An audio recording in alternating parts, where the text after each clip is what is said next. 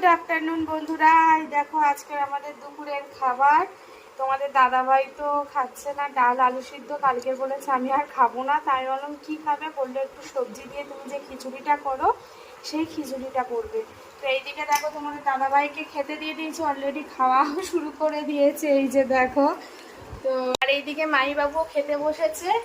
মাই তো খিচুড়ি খাবে না, ও এটা খেতে চায় না একদমই, তো বলছে আমি খাবো না একদম। তো এইদিকে আমি মাইকে খাওয়াচ্ছি আর তোমাদের দাদাভাইও খাচ্ছে সব রকমের সবজি। ওই কুমড়ো ছিল, পেঁপে ছিল, আর তোমাদের দাদাভাইয়ের আবার সুগার ধরা পড়েছে, তার জন্য আলু দিইনি, আলু বাদ দিয়ে গাজরটা দেওয়াটা উচিত ছিল না, তাও একটু দিয়ে ফেলেছি ভুল করে।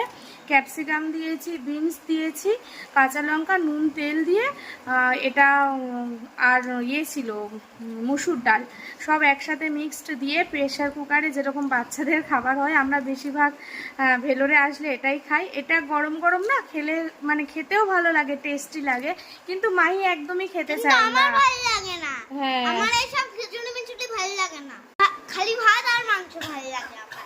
এখন মাংসটা সবসময় খাওয়াটাও ঠিক না, এখন যা দিনকাল পড়েছে। পোলট্রির মুরগি দেশিটা ঠিক আছে। তো যাই হোক, মাইকে খাওয়াচ্ছি আর তোমাদের দাদাভাই খাচ্ছে। তো চলো বন্ধুরা, আবার পরে তোমাদের সাথে কথা হচ্ছে। আমি দেশি মুরগি খাই না, আমি পোলট্রির মুরগিই খাই। পোলট্রির মুরগি খাস? হ্যাঁ। আর মটন খাই, মটন খেতে খুব ভালোবাসি।